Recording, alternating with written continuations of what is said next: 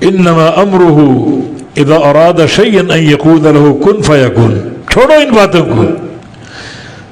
اللہ تعالیٰ کا پیدا کرنا، آسمان بنانا، زمینیں بنانا، انسانوں کو پیدا کرنا اور اس کو دوبارہ اس کا اعادہ قیامت قائم کرنے کے لیے، کوئی چیز بڑی کوئی چیز چھوٹی، ان باتوں کو چھوڑو.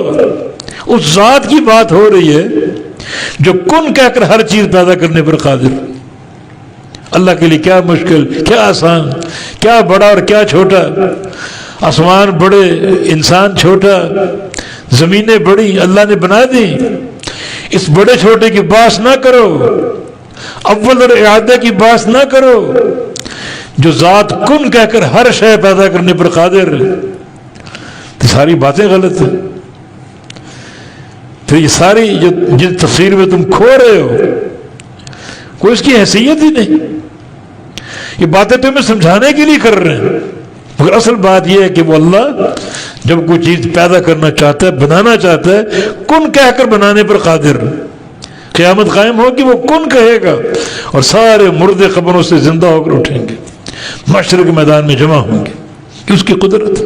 انما امرہ، بے شک اس کا حکم، اس کا امر، اذا اراد شیئا، جب کسی شے کا ارادہ کرتا ہے، ان یقول، وہ کہتا ہے کن، ہو جا، فیکون، پس وہ ہو جاتی.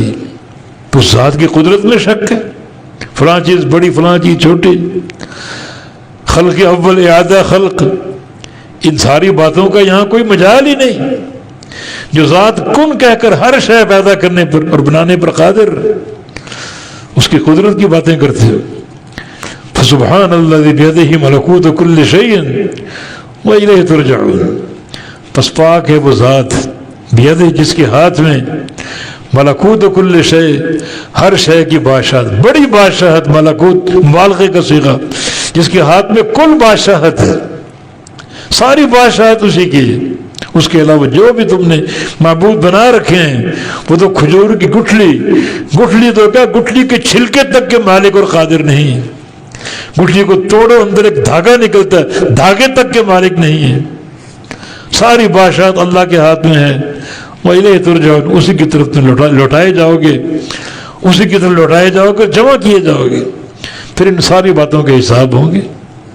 کیا تمہاری باتیں اور کیا تمہاری یہ محاذرائیاں، یہ بغاوتیں شریعت سے، اللہ کے امر سے دوریاں، اللہ پر مثالیں کسنا، ہر چیز کا حساب ہوگا. اللہ کوئی چیز بھولنے والا نہیں ہے.